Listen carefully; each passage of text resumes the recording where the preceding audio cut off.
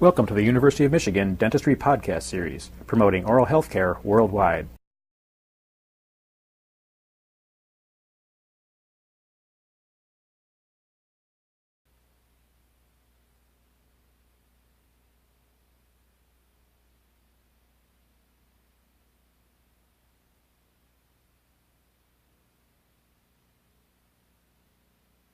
Today our topic is interproximal stripping, and our guest is Dr. Bjorn Zachrisson, who is a duly trained orthodontist and periodontist from the University of Oslo in Norway. I want to thank you, Bjorn, for allowing us to do this today.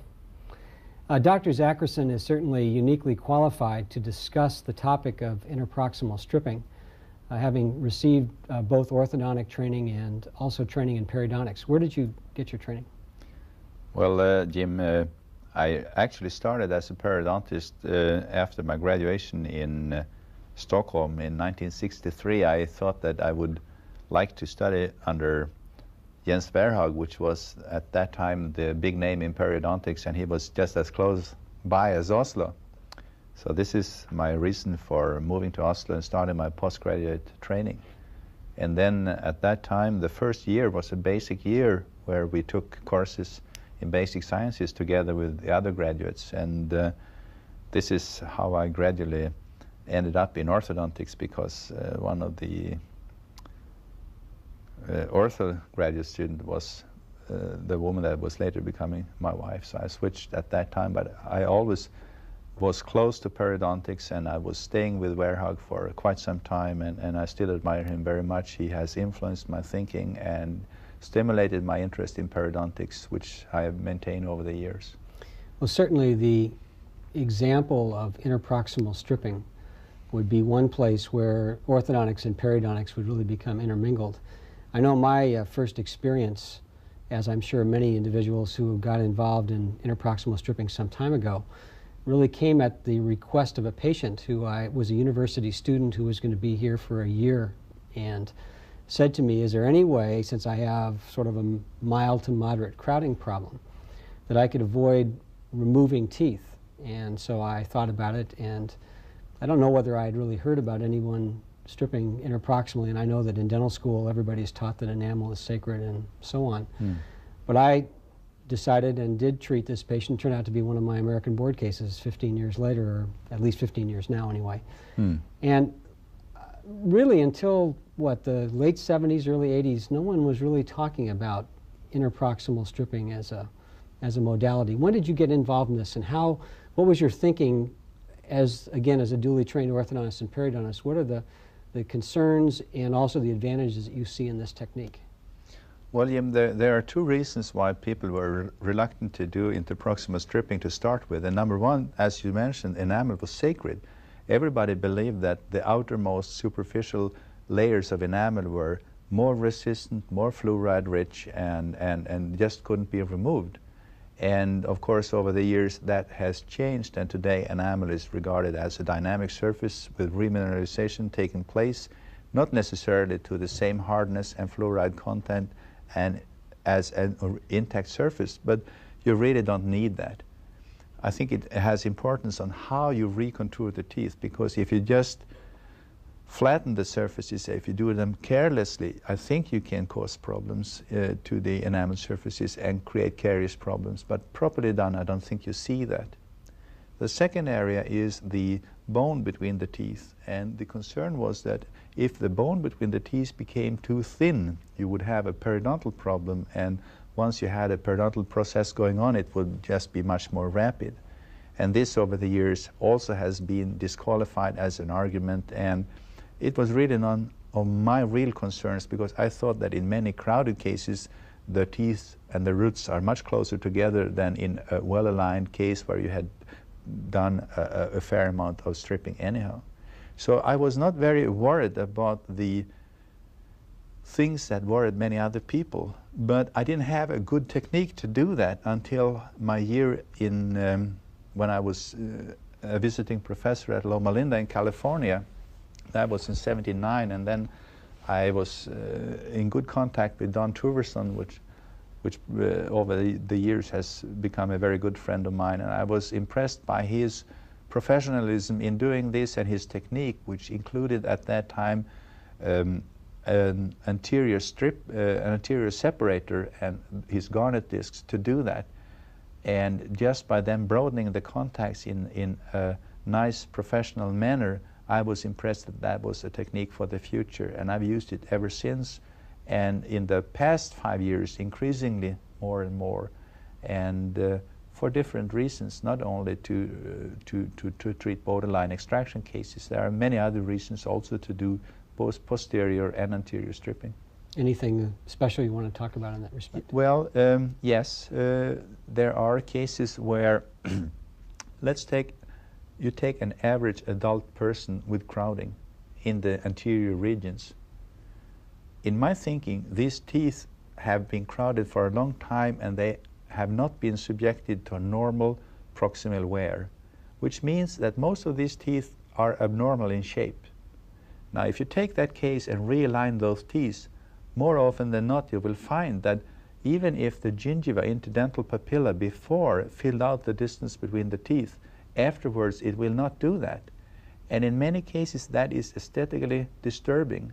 In other words, the patient is coming to you to get an aesthetic improvement, but in reality is ending up with something that is not very aesthetic, gingival triangles between the level teeth. And there's just one way to remove that, and that is to reshape the teeth to normal contour. And more often than not, these teeth are very triangular, so that you have contacts in the contact point area, but they are narrow at the gingival margin. And by recontouring them and making them less triangular, you will have immediate gingiva fill-in and a much more aesthetic result. This is something that we have experienced also in more advanced periodontal cases, but in those instances it's not always possible to have complete gingiva fill-in after that procedure. Do you do the stripping yourself? Yes, I do that.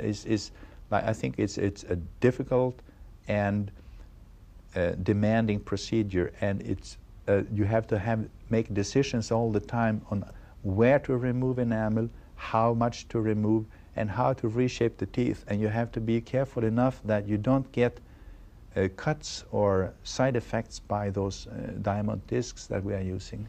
You want to speak specifically about the technique that you would use? Well, as I mentioned, we started to use Tuverson's technique with separators and garnet discs. The problem with the separators is that they are very painful to use, and the garnet discs are quite thick.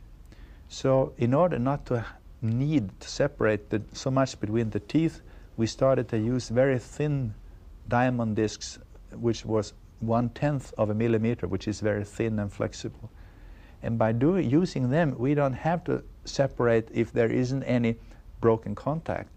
And then by using the separator, you don't have to separate so much. So our technique consists of, in the anterior region, to use that separator and to start in the area of least crowding and using the diamond disc, and then just polish the teeth with Tuverson's garnet discs. And then by going systematically from the least crowded contact to the next least crowded contact, which may be in some other place, totally distance from where you were just working, then ending up at the most crowded area at the end. I think we have had a technique that is working very efficiently and very satisfactorily. When you talk about separators, at least in my mind, there's two things that come up besides brass wire. One of which is an O-ring, that, you know, a circular O-ring, or a spring type. Now, are you talking about those type of separators, or you're talking about something different, right? I'm talking about something totally different. I'm talking about a separator that is driving the teeth from one another as it was used in all conservative dentistry. You mean a screw type? A screw type like separator. Almost like a clamp. Yes, that's what we are talking about. It's an anterior Elliott separator that you can move a screw from one side to the other depending on how you use it. Mm-hmm. And then by tightening the screw, you are opening up the distance between the teeth. And the principle behind is, by doing so, you will have adequate room for a perfect anatomical contouring of the teeth so that you just don't just cut the teeth. Okay, I think that's a very important aspect. Absolutely. I thought that that was understood, and I'm glad that you brought that into focus. I had some, well, let me start again. When I first started doing the interproximal stripping myself, was at a time when I don't think I had a high speed in the office. And also, I was somewhat timid because I hadn't cut on teeth in 10 or 15 years. And I referred the patients actually to one dentist who did a beautiful job. But then I became a little bit more comfortable with it, and I started saying to the general dentist, no matter who it was, this is what I want to do. I need to get 4 millimeters or 5 millimeters of spacing. And I had, on a couple of cases, absolutely the wrong thing happen, where it looked as if the dentist took a high speed and simply just went back and forth through the contacts.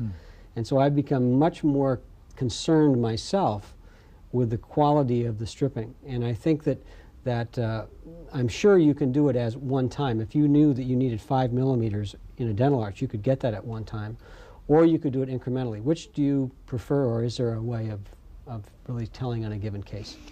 Well, I think what decides how much enamel you can remove is the morphology of the teeth. I don't trust the peck and peck ratio or any other measurements, because studies have shown that they are not clinically reliable anyhow.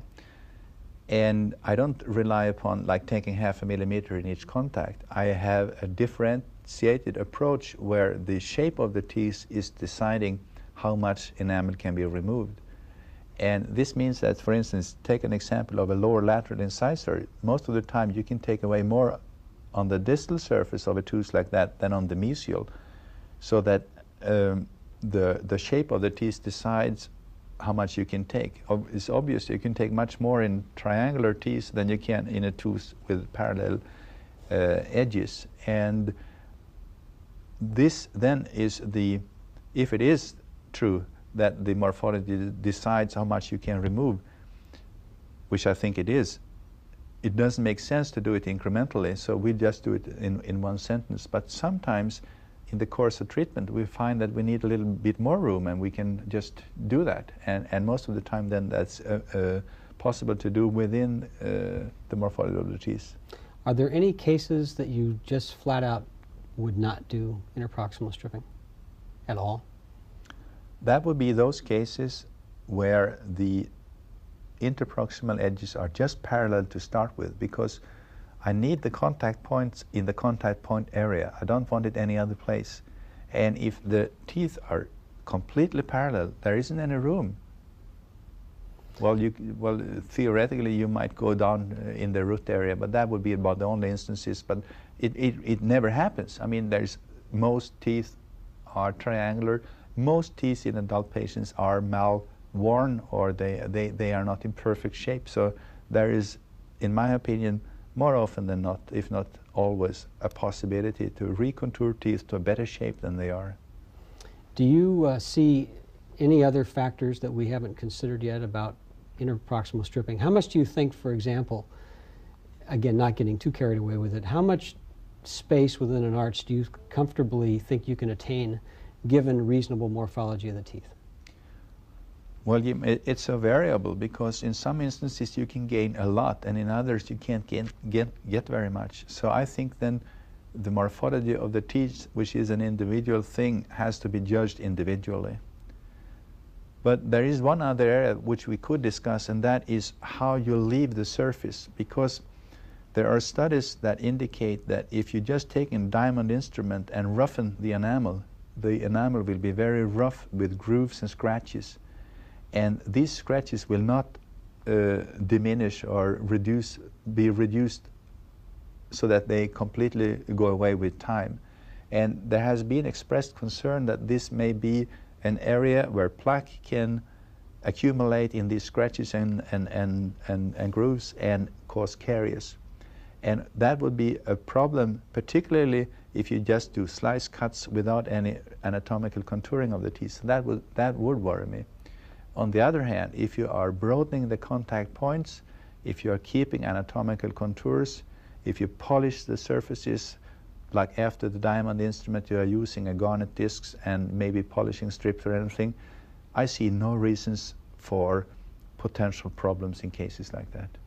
Have you ever seen really bad results from interproximal stripping? Not necessarily your own cases, but have you ever truthfully seen some place where you say, boy, this is really a bad thing? Yes, I have. And I think it's serious because it's like with most other techniques, techniques by themselves are not very difficult, but they can be misused. If you take a thick diamond disc and you just flash it down between all the teeth, doing slice cuts without any concern to the crowding you have, or taking about the same amount in each contact, you are not using the technique professionally. You are doing something that should not be done, and I have seen that. And I have seen that being made by colleagues who were not even aware of how bad it was. So I think that you have to have your eyes open to the possibilities of the technique, but then use it with care. So I guess to summarize, what I'm getting out of this is that you think that it is a biologically compatible technique given common sense. Absolutely. That's a very good statement. Thank you very much. Thank you. You've been listening to a presentation from the University of Michigan School of Dentistry, which is dedicated to supporting open learning and open educational resources. This recording is licensed under the Creative Commons. It may be reused and redistributed for nonprofit use. Please attribute materials to the University of Michigan School of Dentistry and redistribute under this same license. For more information on how this and other University of Michigan School of Dentistry recordings may be used, visit www.dent.umich.edu/license.